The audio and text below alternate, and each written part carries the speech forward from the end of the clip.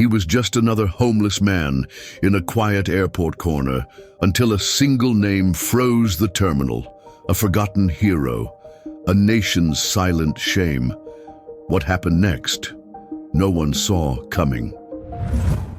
The morning light slanted through the glass panels of Gate 22, casting long shadows on the cold tile floor. Travelers moved like a silent current, some wheeling suitcases, others clutching coffee cups and boarding passes, their eyes glazed over with urgency or exhaustion. But in the far corner, near the vending machines and the forgotten payphone, sat a man who didn't seem to belong to the flow of time.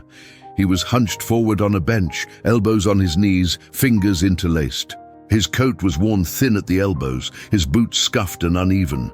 A knit cap pulled low over his forehead revealed only part of his face, skin weathered by years in the elements, a beard peppered with grey. His name was Walter Briggs, though no one had asked. Walter wasn't watching the departure screens. He wasn't looking for anyone. He was just there, quiet, still, like a statue of sorrow carved into the corner of a world in motion. A toddler wandered too far from her mother and pointed at him, curious. "Mommy, is that man sleeping?" The mother gently tugged her daughter back and whispered something sharp. Her eyes flicked back to Walter, uneasy, disapproving. Others noticed too. A businessman in a navy suit leaned toward the gate agent. "Is he supposed to be here?" Within minutes, a uniformed security guard appeared. Young, rigid, unsure. His walk was deliberate, but his eyes betrayed hesitation. "Sir," the guard said, clearing his throat. "Excuse me, sir." Walter looked up slowly. His eyes were startling, not wild, not lost, just tired. So deeply, devastatingly tired. "Do you have a boarding pass?" the guard asked, voice polite but firm. Walter didn't answer right away. He glanced around the terminal, then back at the guard. "No, son," he said quietly. His voice was low, steady. "I'm not going anywhere." The guard shifted his weight. A few nearby passengers turned to listen. "Well, you can't just sit here if you're not flying. We've had some complaints." Walter gave a small nod, as if he had expected this moment to arrive. He reached slowly into the pocket of his coat, not too fast, not wanting to cause alarm, and pulled out a folded paper. Not a ticket, a discharge certificate, yellowed and creased. "Name?" the guard asked, trying to stay on script. Walter looked him in the eye. "Walter Samuel Briggs." The name came out like a stone dropped into a still pond. The silence that followed rippled outward. The guard blinked. He seemed unsure whether he should write it down or call someone. He touched the radio on his shoulder. Behind the counter, the gate agent froze. Her hand hovered over a keyboard, her expression suddenly alert. A man at the coffee kiosk looked up. A flight attendant who had just ended her shift stopped mid-step. Someone near the security checkpoint turned to the person beside them and whispered, "Did he say Walter Briggs?" The terminal, once humming with low conversation and movement, seemed to pause. Walter sat still. The paper rested in his hand like a flag. And for the first time in years, people were finally looking at him, not as a problem, not as a presence to be removed, but as a man with a name that echoed. The young security guard's radio crackled to life on his shoulder. "Unit 5, confirm the name," came a voice, calm but alert. He pressed the button and spoke into the mic, glancing at Walter. "Walter Samuel Briggs. Repeat, Walter Samuel Briggs." The silence in the terminal thickened. The woman at the gate counter was no longer typing. She stared, mouth slightly open, her gaze fixed on the old man in the corner, like he'd just stepped out of a ghost story. The businessman who'd raised the initial concern was now shrinking back into his seat, his phone halfway to his ear, forgotten. Walter said nothing. He didn't move, didn't flinch. His eyes stayed on the floor. The guard cleared his throat again, more awkward this time. "Sir, I'm going to need you to stay here for a moment. Someone's coming to talk to you." Walter gave a slow nod. "I'll be right here," he said gently. "I don't run anymore." Behind him, the whispers were spreading like wildfire. Did he really say Walter Briggs? No way, that can't be him. I thought he was dead. Isn't that the guy from... Then came a voice from near the back of the gate area. Strong, female, with a mix of disbelief and urgency. Walter Briggs." Walter turned his head just slightly. A woman in her late 50s was walking briskly toward him. Her airport badge bounced against her chest. Her hands were trembling. She stopped in front of him, eyes wide. "I haven't seen you since..." She paused, swallowing hard. "I was a child." Walter studied her face, then nodded. "You're Loretta," he said softly. Her eyes filled instantly with tears. Security was on edge now. A second officer appeared, older, more seasoned. He looked at the younger guard, then at the crowd, then at Walter. "You're telling me this man is Walter Briggs?" he asked. The woman, Loretta, nodded. "He's not just anyone. This man is a hero." The officer frowned. "We get a lot of people claiming..."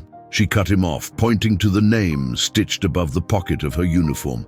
"Loretta Evans. My father served with him. My father's alive today because of him. You don't forget a name like that. You don't forget a man like that." Passengers were now standing, inching closer. Phones began to rise, recording, some in curiosity, others in reverence. The older officer stepped closer to Walter, who simply held out the discharge papers once more. The officer took them with cautious hands and began reading. And then, as if the truth had finally caught up to the moment, something shifted. The noise of the airport didn't return, not yet, but there was a hush, a kind of collective breath held tight in 1,000 lungs. The officer's jaw tensed, his eyes lifted from the paper to Walter's face. "You're the Walter Briggs from the Red River operation?" he asked. Walter didn't answer with words. He just nodded once. The officer straightened his posture. From somewhere near the boarding gate, a soft voice broke the silence. "My brother served under you," an elderly woman said, her cane trembling in her hand. "He told us about you before he passed." Walter looked at her, his face softening. "What was his name?" "Jacob Wallace," she said, voice cracking. Walter's eyes closed for a second. When they opened, they were wet. "He was a good man. He saved my life." And just like that, the suspicion drained from the space. It didn't disappear, it transformed, from doubt to awe, from caution to reverence. The young security guard looked down, visibly shaken. Loretta put a hand on Walter's shoulder. "Why didn't you tell anyone where you were all these years?" Walter took a long breath, the kind that carries decades of pain.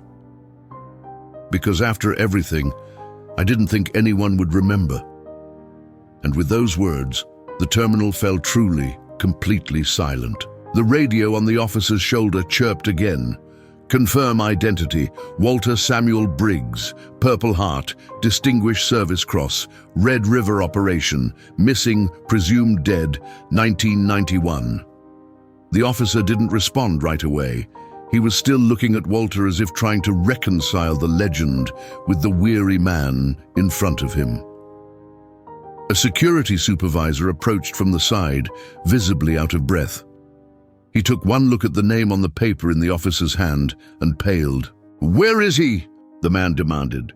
The officer stepped aside. The supervisor froze when he saw Walter. His hand rose slowly to his chest, not in salute, but in disbelief. "My God, it's really you!" The whisper moved through the crowd like electricity. "He's Walter Briggs. He saved an entire battalion. They thought he was dead for 30 years. Phones were no longer just recording. Some passengers lowered them out of respect. Others simply stood still, as if in the presence of something sacred. Walter remained seated, motionless. He wasn't basking in recognition. If anything, he looked even smaller beneath the weight of it, like he'd lived so long in the shadows that the light now hurt his eyes. The coffee kiosk attendant stepped out from behind the counter.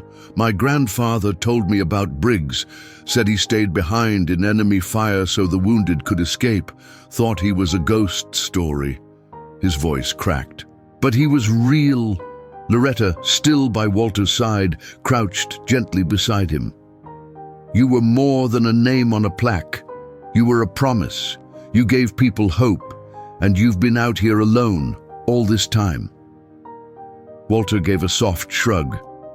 I never wanted this. Not attention, not fame. I just wanted peace. But it didn't follow me home. The older officer spoke again, his tone now one of quiet reverence. Why today? Why here? Walter looked toward the large glass windows facing the runways. The planes lifting into the sky, the world moving forward. His voice, when he answered, was like gravel softened by sorrow. Because 30 years ago, this was the last place I stood before I left. I wanted to come back, one more time, to see if it meant anything, if I still meant anything. There was a pause. Then a sound broke the silence. A woman near the front, grey-haired, wrapped in a knitted shawl, began to clap, soft, deliberate. One beat at a time, others followed, slowly, hesitantly, then stronger, louder. Within seconds, the terminal was thunderous. Applause filled the air, echoing off every wall, bouncing off the glass, rising up through the atrium.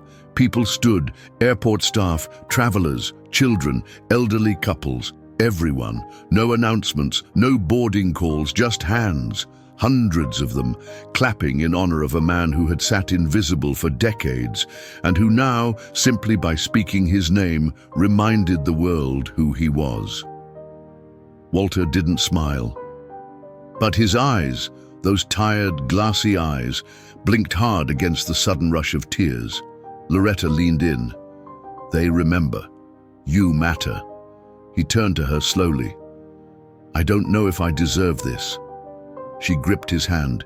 You deserve every second. In that moment, there was no gate, no TSA line, no airline delay, just a terminal that had become a sanctuary, where one name, spoken aloud, had stopped everything. As the applause faded into a hush of reverent murmurs, the atmosphere in the terminal shifted again, not back to normal, but to something deeper. Reverence lingered like a scent in the air, and the crowd, once strangers in motion, now shared a singular connection, the presence of Walter Briggs. People edged closer, not to crowd, but to understand. A teenage boy, no older than 16, approached cautiously. His father followed behind, hand on the boy's shoulder. Sir, the man said gently, I hope you don't mind. My son's doing a school project on American heroes. We never imagined. Walter looked at the boy. His hands trembled slightly as he reached out and offered a firm but warm shake. What's your name? He asked. Dylan, the boy replied, eyes wide with awe. Walter gave a faint nod. You keep asking questions, Dylan. The truth matters, even when it hides. The father's eyes welled with tears and he put a hand over his heart. Thank you, he whispered, as if afraid louder words might shatter the fragile holiness of the moment. Elsewhere, a flight attendant stepped away from her crew and knelt beside Walter's bench. Her voice was quiet. You saved my uncle, Staff Sergeant O'Malley. He used to keep your picture on the mantle. Walter blinked, confused. I never gave anyone my picture. She smiled, tears on her cheeks. He drew you, from memory. He said he never forgot your face, the last thing he saw before the medevac took him away.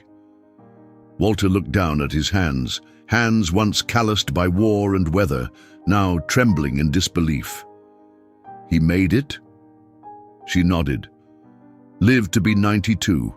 Told his story every Veterans Day until the end. We thought you were gone. Another woman stepped forward, older, fragile, holding a laminated newspaper clipping from decades ago. The headline was faded but legible. Briggs declared missing in action after Red River standoff. "I kept this since I was 12, she said. "I used to imagine you were alive, that you just needed time to come home." Walter took the clipping with shaking fingers. "You believed in a ghost."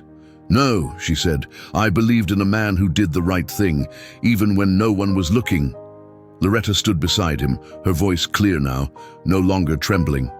"Mr. Briggs, I think it's time we called someone. Someone who can help." Walter shook his head gently. "I don't want a headline. I don't want charity. I just wanted to see if anyone remembered." Loretta leaned closer, her tone firm but kind. "They do, and they need to know what happened to you, the real story, the truth." Just then, from across the terminal, another man pushed through the crowd, older, tall, with a cane and a limp that came from memory, not injury. Walter looked up. His eyes narrowed. "Tommy," he whispered. The man stopped. He looked older than Walter remembered, balding, lined with time, but unmistakable. "I thought you died," Walter said. Tommy shook his head, eyes wide. "No, Walt. I made it. They pulled me out 2 days after you stayed behind. We looked for you. For years." Walter stood slowly, legs stiff from age and hardship.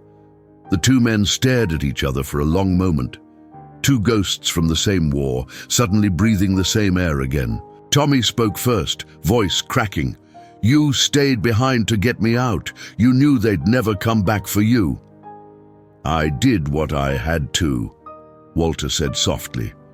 They embraced, neither of them caring who watched. It was not a hug of fanfare. It was the reunion of two souls who had walked through hell and survived alone. The terminal watched in silence, hearts cracked wide open.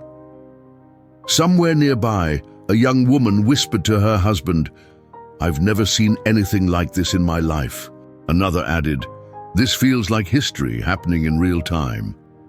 And in the midst of it all, Walter, who had lived in shadows, fed on silence, slept in alleyways and wandered forgotten, was now the center of a moment that felt sacred. He hadn't asked to be remembered, but the world had remembered anyway.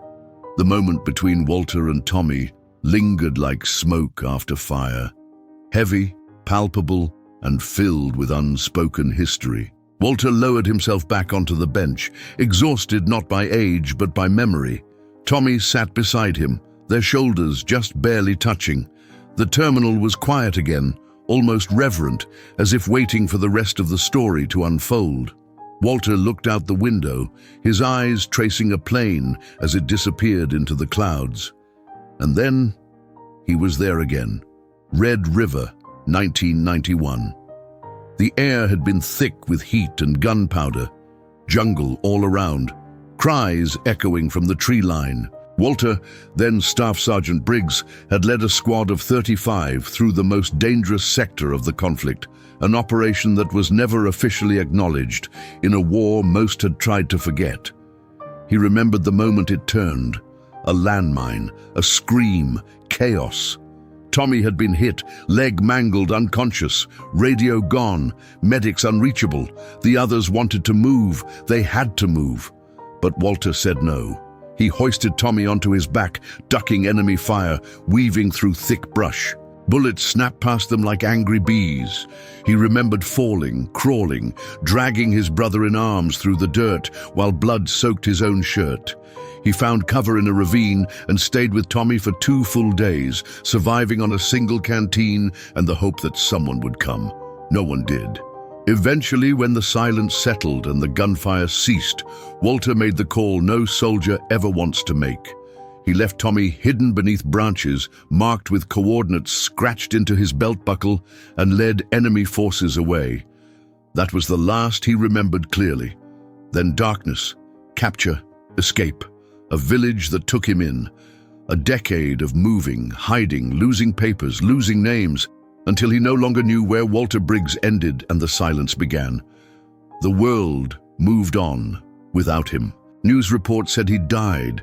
Families grieved. Medals were mailed to an empty seat at a memorial service. And Walter, ashamed that he hadn't died a hero, ashamed that he survived while others hadn't, chose exile. He lived off-grid, on his terms, on sidewalks and shelters, in corners of cities that didn't ask questions. He hadn't wanted to be found. Until now. Back in the terminal, the silence was broken by Tommy's voice. "Do you remember what you told me when you thought I couldn't hear?" Walter didn't answer right away, his brow furrowed, searching. Tommy's eyes glistened. "You said, 'I'm not letting you die alone, brother. Not today.'" Walter looked down, overwhelmed. "I meant it." Tommy nodded. "You saved my life, Walt, not just once, but every day since. I lived a whole life because of you, family, kids, grandkids. You gave me that." Walter's jaw clenched. "And what did I get? 30 years lost in the cracks of a country I gave everything to." A long silence followed. Then Loretta knelt beside him again. "No, Mr. Briggs. You gave us all something we forgot. Honor without spotlight, service without demand, sacrifice without applause." She held up her phone. A video of the moment Walter said his name was already circulating. "You didn't disappear," she whispered. "You became the conscience we didn't know we'd lost." And for the first time, Walter felt the weight of his years, not as a burden, but as proof he had carried something bigger than pain. He had carried legacy. And now, finally, someone was ready to listen. The terminal felt like a sacred theater now, with every seat a pew and every listener a witness. Even the overhead announcements seemed to pause, giving space for something more important than boarding calls. Walter sat still, the stories rising in his chest like smoke from a fire long buried. Tommy leaned forward, his voice low. "What happened to you, Walt? After the mission? After everything?" Walter let out a dry breath, somewhere between a sigh and a laugh, but neither reached his eyes. "I made it to the border," he began, half-conscious, starving. "A missionary truck picked me up, took me across in silence. I don't even remember how I ended up at the embassy. I didn't know my own name at first. By the time I did, the war had ended. My name was gone from the lists. They'd already had the funeral." He paused, staring at the floor. "They asked me to prove who I was." Tommy's eyes narrowed. "You're kidding." "I wish I was. They said the real Walter Briggs died at Red River, called me a lookalike, a fraud, said I was confused, probably a veteran with delusions." Jesus. I showed them scars, dates, memories only I could know. It didn't matter. No documents, no family left to vouch for me, nothing to tie me to anyone. I became a shadow. Loretta, kneeling again beside him, shook her head in disbelief. "They erased you." Walter nodded. "Bit by bit, no job without ID, no ID without proof, no proof without a home, and no home without a name." He looked up, eyes piercing. "You'd be surprised how quickly people stop seeing you once your name disappears." A flight attendant gasped softly, covering her mouth. Walter continued, slower now. "I slept in bus stations, abandoned buildings, park benches. Cities became chapters. I was the man you stepped over, the man you avoided eye contact with, the man you thought was dangerous or drunk or lazy." Tommy's hands trembled. "Why didn't you come to me?" Walter gave a hollow chuckle. "I didn't know you were alive, and after a while, I didn't think I deserved to see anyone. I carried too many ghosts." He reached into his coat again, pulling out a crumpled photo, faded, worn, almost translucent. It showed a group of soldiers, smiling, young, bright-eyed, standing in front of a helicopter with Red River 91 scrawled across the bottom. "All of them," he said, voice breaking. "Gone." Loretta put a hand on his knee. "You didn't lose everything, Walter. You're here now." He nodded, barely. And then, suddenly, a woman in uniform stepped forward. "TSA." Her voice cracked with emotion. "My uncle, Sergeant Monroe, he told us about you. Said the last thing he heard on the comm before it went dead was your voice. Keep moving, I've got your 6. He cried when he said it, every time. Walter closed his eyes, swallowing hard.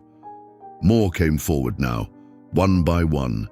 Strangers with connections, people carrying stories passed down like heirlooms, each one adding a piece back to the man who had been lost, not just to war, but to a nation's blind spots. I never wanted pity, Walter whispered, just acknowledgement that I existed, that I gave something. Tommy stood. You didn't give something, you gave everything. He turned to the crowd. How many others have we lost like this? How many heroes have we walked past in silence? No one spoke.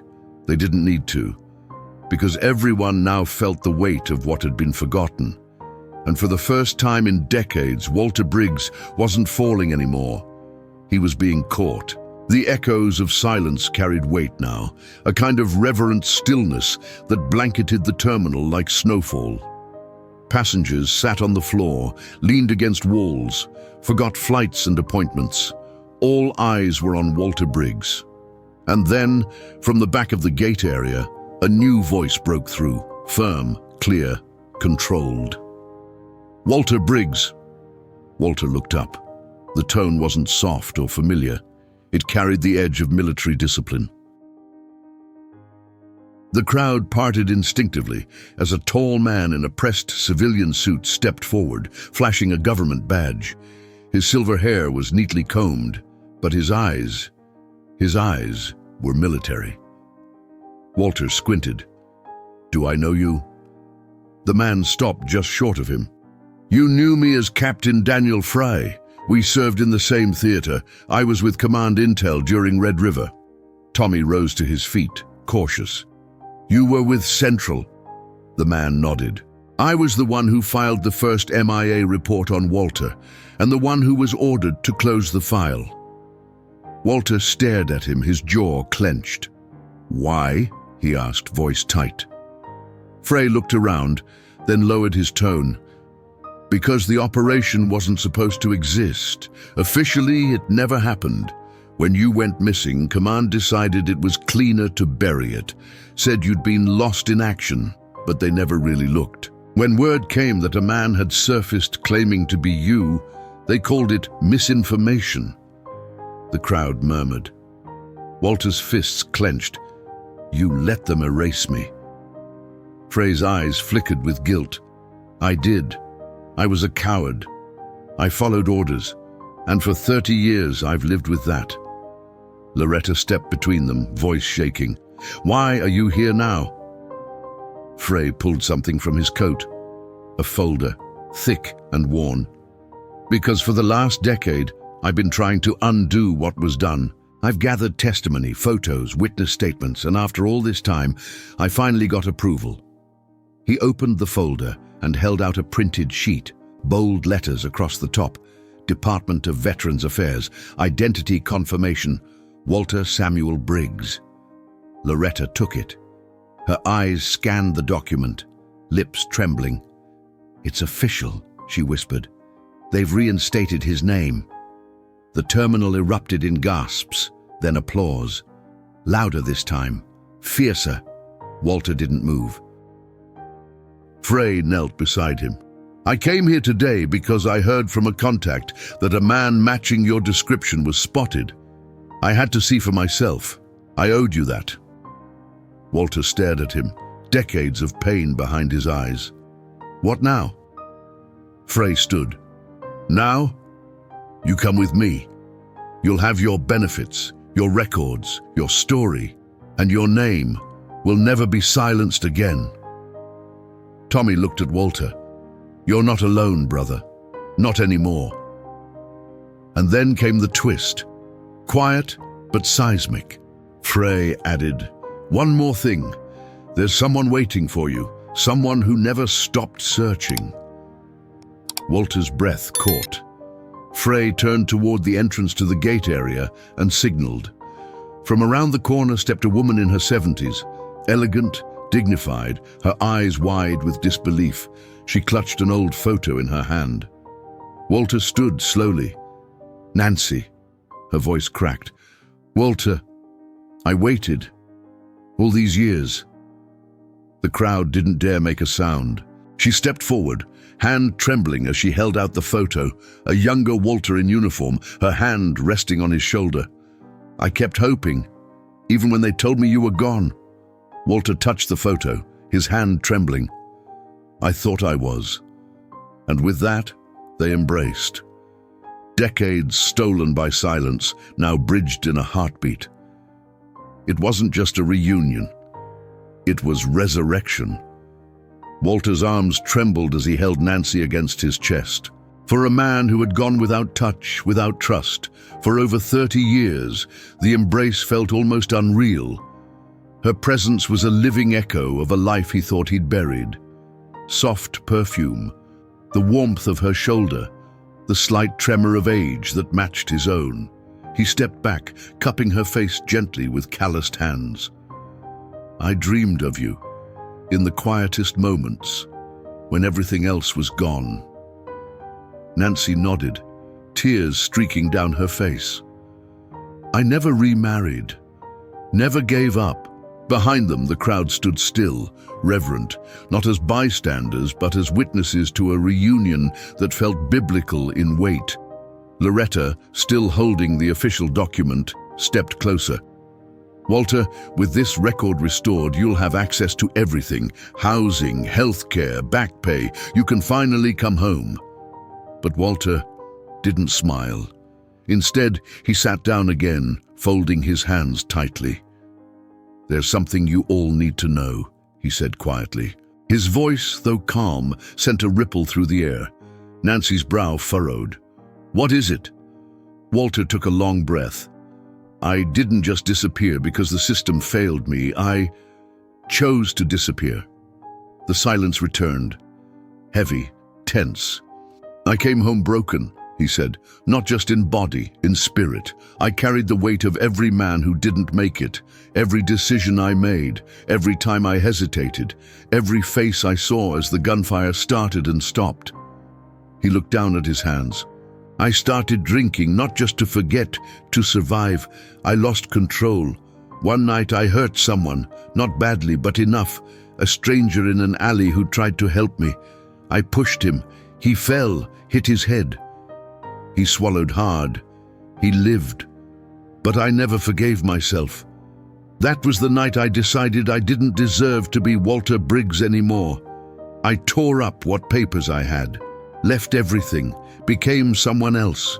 No name, no past." Nancy covered her mouth, her heart breaking anew. Tommy sat beside him, placing a steady hand on his shoulder. "Walt, that doesn't erase what you did. It makes you human." "I thought I had to be perfect," Walter whispered, "because I'd survived when others didn't. But I wasn't perfect. I was just tired." The crowd didn't judge. In fact, something in the air softened. The kind of collective understanding that only comes when truth is spoken out loud. Loretta knelt again. "You didn't fall, Mr. Briggs.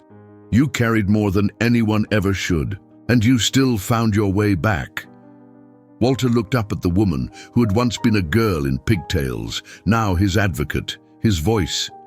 "You believe that?" "I do," she said, "and so do they." She gestured to the crowd, and they nodded. Men removed their hats. Women wept quietly. Strangers reached out not with pity, but with reverence. Frey stepped forward once more. "Walter, the truth you just told is why your story matters even more. Not as a symbol, but as a man who made mistakes, carried guilt, and still stood up today and said his name out loud." Walter nodded slowly. "I'm tired," he said. Nancy took his hand. "Then let me help carry what's left." He looked at her, really looked, and smiled. Small, tentative, but real. It was the first honest smile he'd given in 30 years. Walter's smile lingered only for a moment, fragile, hesitant, like a door creaking open after decades of rust. But it was enough. Enough to tell Nancy she was still in there. Enough to tell the world that something had shifted inside the man who'd once vanished without a trace. She didn't let go of his hand. Neither did the crowd. The silence that fell over the terminal wasn't hollow this time. It was reverent. The kind of silence that felt earned, felt right. The kind reserved for something sacred or someone.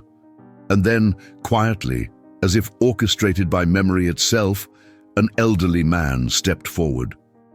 His jacket bore a faded 101st Airborne patch. He didn't speak. He simply stood in front of Walter, lifted his hand, and gave a slow, deliberate salute. Walter froze. Then another man came forward. Then a woman. Then a young Marine in civilian clothes who had taken leave to visit his mother. One by one, travelers, strangers of every age, every background, and formed a line. And they saluted. Not the way parades do, but the way you honor someone who carried a country on his back, even when that country forgot to say thank you. Walter looked overwhelmed. His lips moved, but no words came out. His eyes glassed over. He tried to stand, but his knees buckled slightly. Tommy caught his arm, steadying him. "Let it happen," he whispered. "Don't fight it." And Walter didn't. He let them come. A child handed him a crayon drawing of an American flag.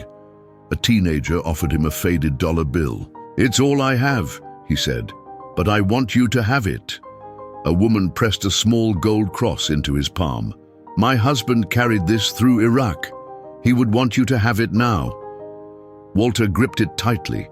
The airport had ceased being an airport. It was now a chapel, a courtroom, a reunion hall, a living monument. Even the airline crew paused boarding procedures. Pilots stepped out of cockpits. Ground staff stood at a distance, hats off, hands over hearts. Loretta, standing just to the side, filmed the moment with shaking hands. "This is history," she whispered. "This is healing." Walter turned slowly, facing the sea of people. "I thought I didn't matter anymore," he said, voice cracking. "But you've proven something I forgot, that it's never too late to be seen and never too late to come home." The crowd responded not with cheers, but with something deeper. Stillness, respect. A single tear slid down Walter's cheek. And then, in a moment so unscripted it felt divine, the overhead speakers came alive, not with a boarding call, but with music. Someone, somewhere in the terminal, had tapped into the system. It was America the Beautiful, soft, instrumental. Walter sank back onto the bench, hand still wrapped around Nancy's. He wasn't invisible anymore. He wasn't forgotten. He was Walter Briggs, and the terminal had stood still to remember. The final notes of America the Beautiful faded into the high ceilings of the terminal like a prayer rising into the heavens. For a moment, there was nothing but breathing, a shared breath, a collective pause in the flow of time, as if the whole world had exhaled at once. Walter sat still, but not in hiding this time. He wasn't avoiding anyone. He wasn't shrinking. He wasn't lost. He was present, fully, finally. Nancy remained beside him, her fingers laced with his. Tommy stood to his right, a silent sentinel, his old friend, no longer a ghost from war, but a brother in peace. The crowd had thinned slowly. Flights resumed, announcements returned. But people kept coming, shaking Walter's hand, thanking him, offering words he never imagined hearing again. "We honor you. You brought us hope. You remind us what sacrifice means." Loretta handed him a warm cup of coffee and sat on the bench's edge. "You'll be leaving with us today," she said, smiling gently. "VA housing, full reinstatement, medical pension, everything they should have given you 30 years ago." Walter held the cup, its warmth sinking into his bones. "It's not the money I need." "I know," she said. "It's the name." He nodded. "And maybe a bed." I haven't slept indoors in 10 years. Tommy chuckled. I've got a guest room. You'll hate it. It has curtains and central heating. Walter smirked, the kind of quiet humor only old soldiers understand. Sounds awful. Loretta stood. There's more. The mayor's office has already reached out. They want to honor you. The city's planning a ceremony. The governor might even attend. Walter blinked. Why now? She crouched again to meet his eyes. Because you didn't ask for it. Because you didn't chase the camera. Because you came home without bitterness.